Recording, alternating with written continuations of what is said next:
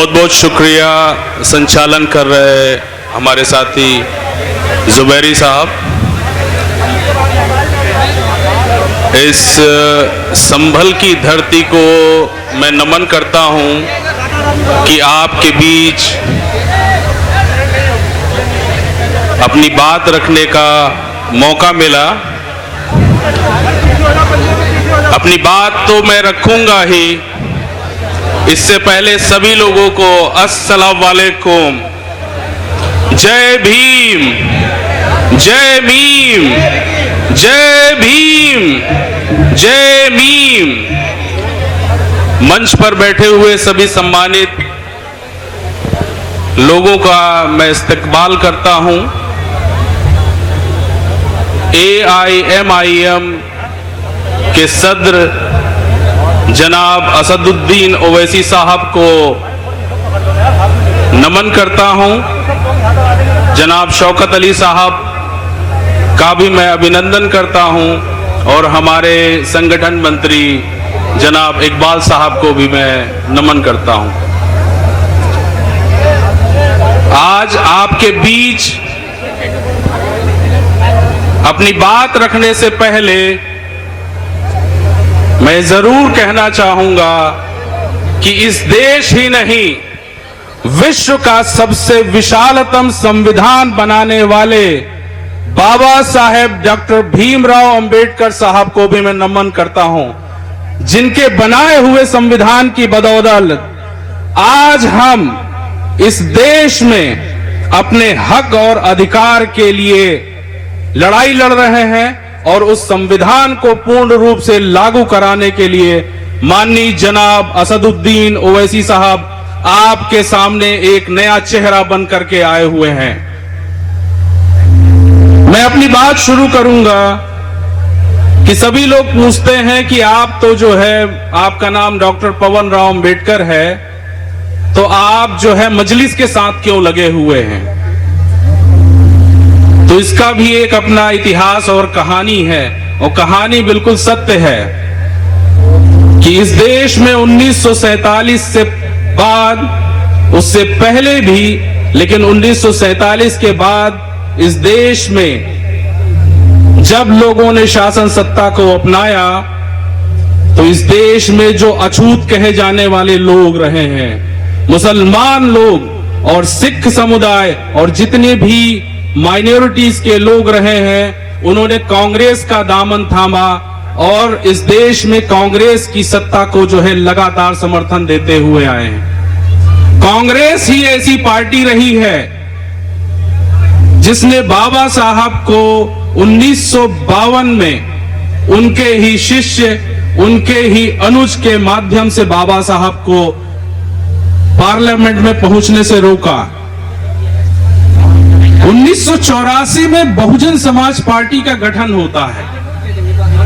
Bahujan Samaj party का गठन मान्यवर कांशीराम साहब ने बाबा साहब के जन्म दिवस के दिन यह ऐलान करके किया कि इस पार्टी का जन्म इस देश में समता मूलक समाज की स्थापना के लिए करेंगे। इस देश में सदियों से गैर बराबरी की व्यवस्था को जो सहते हुए लोग आए हैं, उनको इस देश का शासक बनाने का कार्य करेंगे।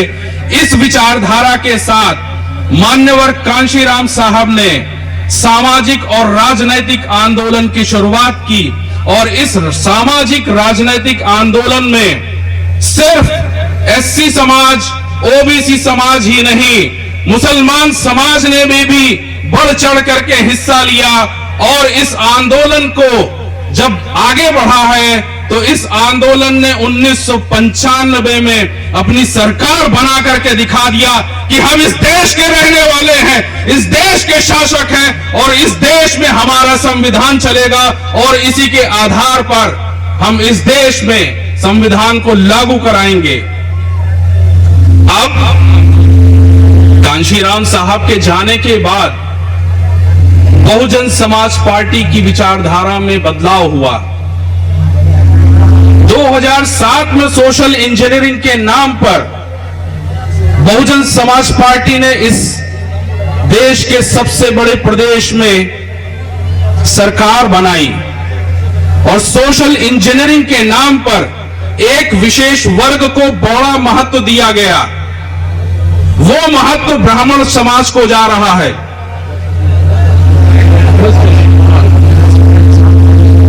वो समाज ब्राह्मण समाज वो जो सम्मान मिला है 2007 की सोशल इंजीनियरिंग की सरकार में, वो ब्राह्मण समाज को दिया गया।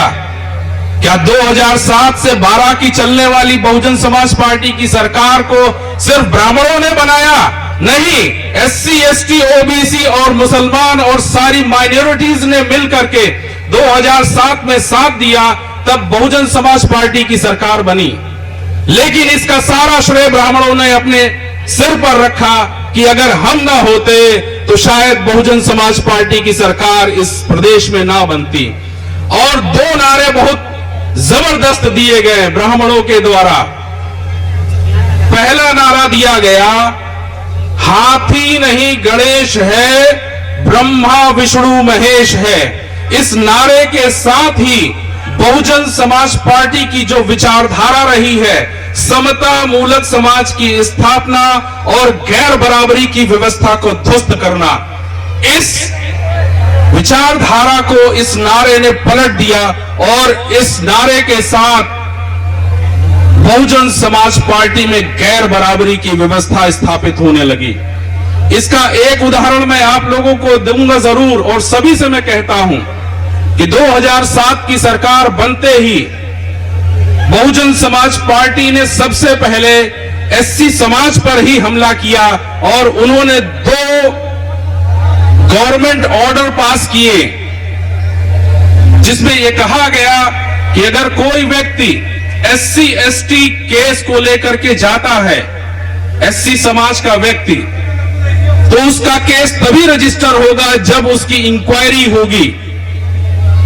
तो 2018 में जो सुप्रीम कोर्ट ने ऑर्डर दिया था कि गिरफ्तारी से पहले इंक्वायरी होगी, उसकी नींव 2007 में रखी गई थी। तभी से इस विचारधारा में परिवर्तन आना शुरू हुआ और मैं पार्टी की विचारधाराओं से थोड़ा सा अलग होना शुरू किया मैंने भी। अभी 2014 के बाद इस देश में जो सरकारें आई हैं, उन सरकारों ने जो जुल्म जातियों का ग्राफ है उसको बढ़ाया और 2014 के बाद से ही इस देश में जातीय हमले और धार्मिक हमलों में जो है बढ़ोतरी हुई है, जिसको लेकर के मुझे बहुत दुख है। और बहुजन समाज पार्टी ने किसी भी तरह से इसको लेकर के कोई आवाज नहीं उठाई है। 2015 के अगर आंकड़े हम देख लेते हैं तो एससी समाज के ऊपर 45,000 एससी एसटी जो है केसेस दर्ज किए गए, जिसको लेकर के कभी भी बसपा ने कोई आंदोलन नहीं छेड़ा और किसी भी तरह से कोई कार्य नहीं किया है। यही सारी घटनाएं रही हैं, यही सारे प्रकरण रहे हैं, जिसकी वजह से मैं बहुजन समाज पार्टी की विचारधारा में जो बदलाव रहा है उससे मैं अलग होते चला गया।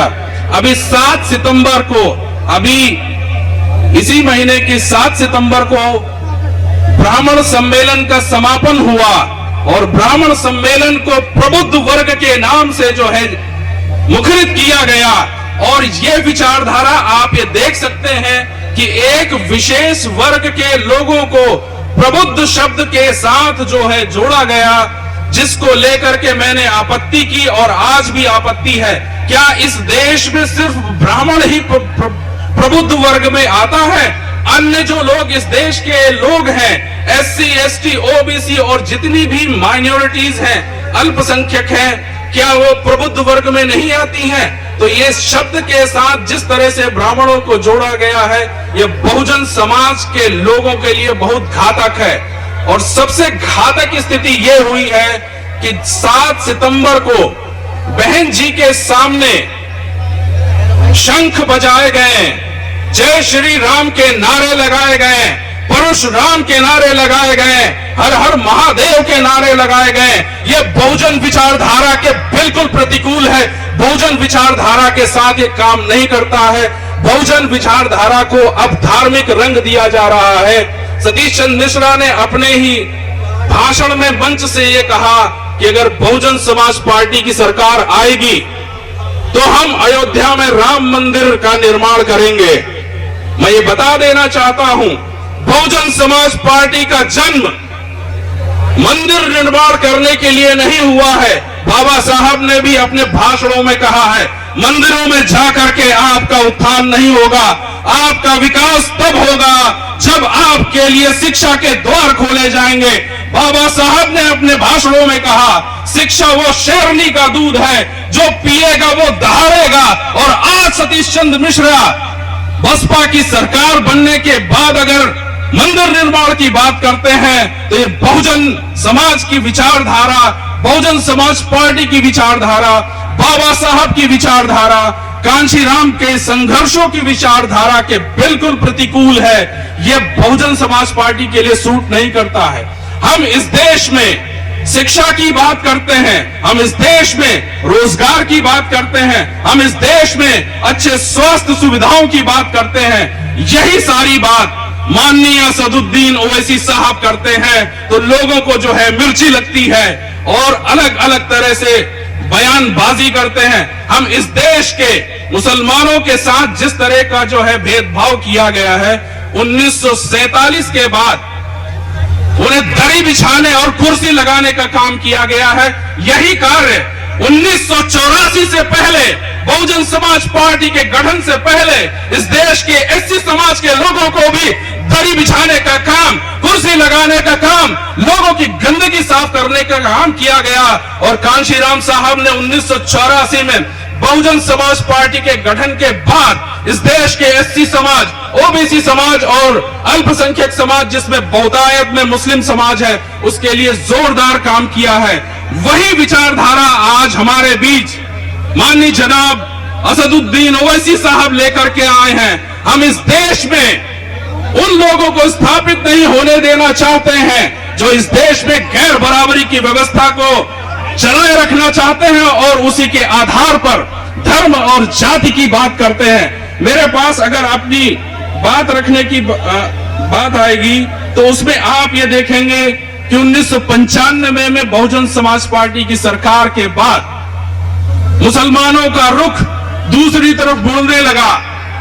उन्होंने ये कहा कि बहुजन समाज पार्टी अगर बीजेपी के साथ है तो हम अपना रुख मोड़ते हैं। 2003 में जब मुलायम सिंह ने अपनी सरकार बनाई तो लोगों ने उनको ये कहना शुरू कर दिया कि ये मुल्ला मुलायम है और सारा मुसलमान मुलायम सिंह के साथ खड़ा हुआ। और आज भी स्थिति आप देखिए, संबल क्षेत्र में पिछले 6 बार से जो विधायक हैं उन्होंने मुसलमानों का इस्तेमाल किया, उनसे दरी बिछवाई, उनको जो है उस हालात में छोड़ दिया जिसके लिए संविधान कहता है कि मुसलमानों भी इस देश के नागरिक हैं, मुसलमानों के लिए बराबर हक की बात है। इन्होंने कभी भी मुसलमानों को लेकर के उनके हकूक की बात नहीं की।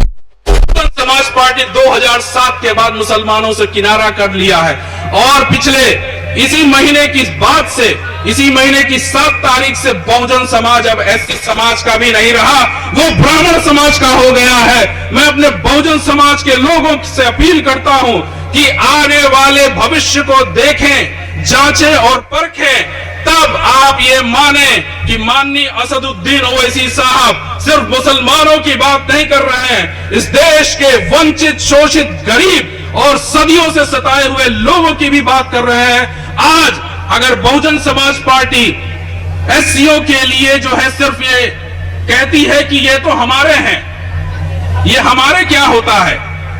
2007 के बाद अगर हम जाति व्यवस्था की बात करें तो 2007 के बाद बहुजन समाज पार्टी के गठन के समय एक नारा चलता था।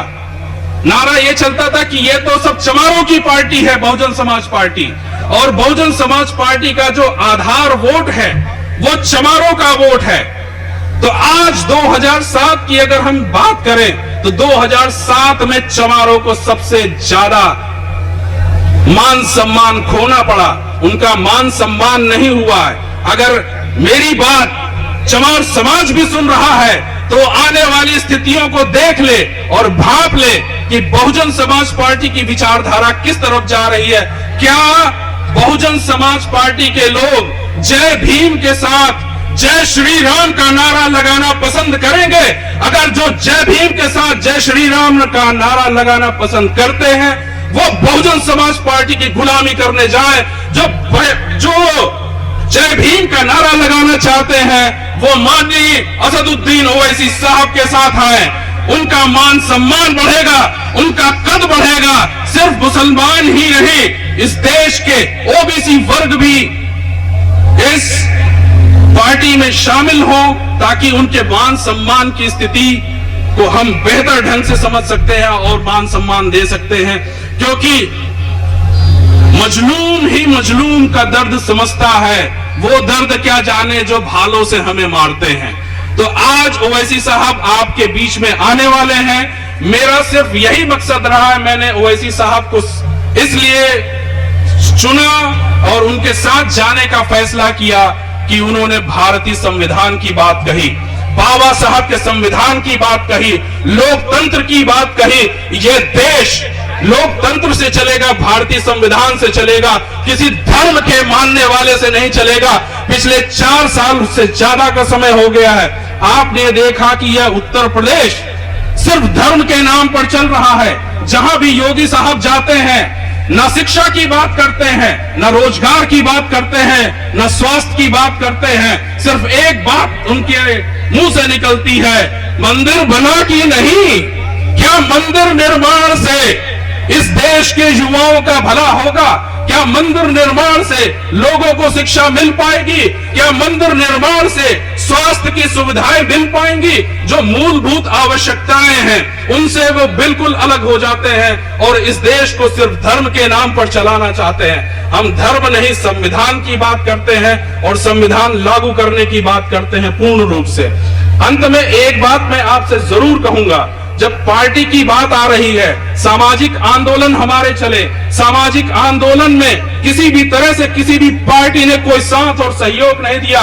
जब सीए एनआरसी की बात आई है तो मुस्लिम समाज के साथ मैंने और मेरे समाज के तमाम लोगों ने जो है संघर्ष किया, सीए एनआरसी का विरोध किया, जिसकी वजह से मेरे ऊपर जानलेवा हमला हुआ और मुझे जेल तक भेजा गया।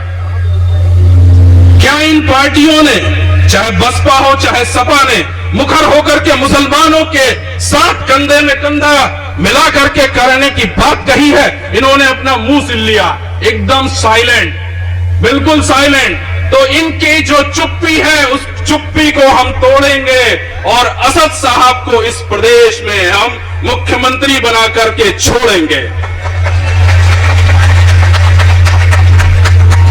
समाजवादी पार्टी अगर ये ठेका लेती है कि मुसलमान सिर्फ हमारे साथ हैं, तो ये बहकावे में ना आए, ये सारी चीजें भूल जाए।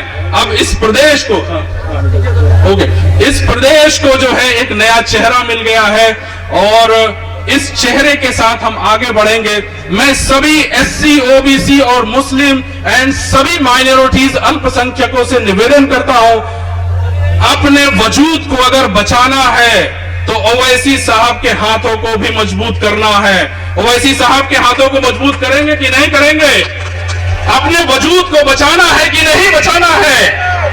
रिक्शा चलाने के लिए नहीं, हम नए काम करने के लिए, इस देश में शिक्षा व्यवस्था के लिए आप सबको संघर्ष करना पड़ेगा, ताकि हम सभी के बच्चे इस देश के जो है जागरूक नागरिक बन सके। और उसके लिए संघर्ष आपकी वोटों से होगा। जब आप सदर से, आपके संबल क्षेत्र से जो चुनाव लड़ेंगे, उनको भारी मतों से जिता करके विधानसभा में भेजना है, ताकि आपकी आवाज को विधानसभा में पूरी ताकत के साथ उठा सके।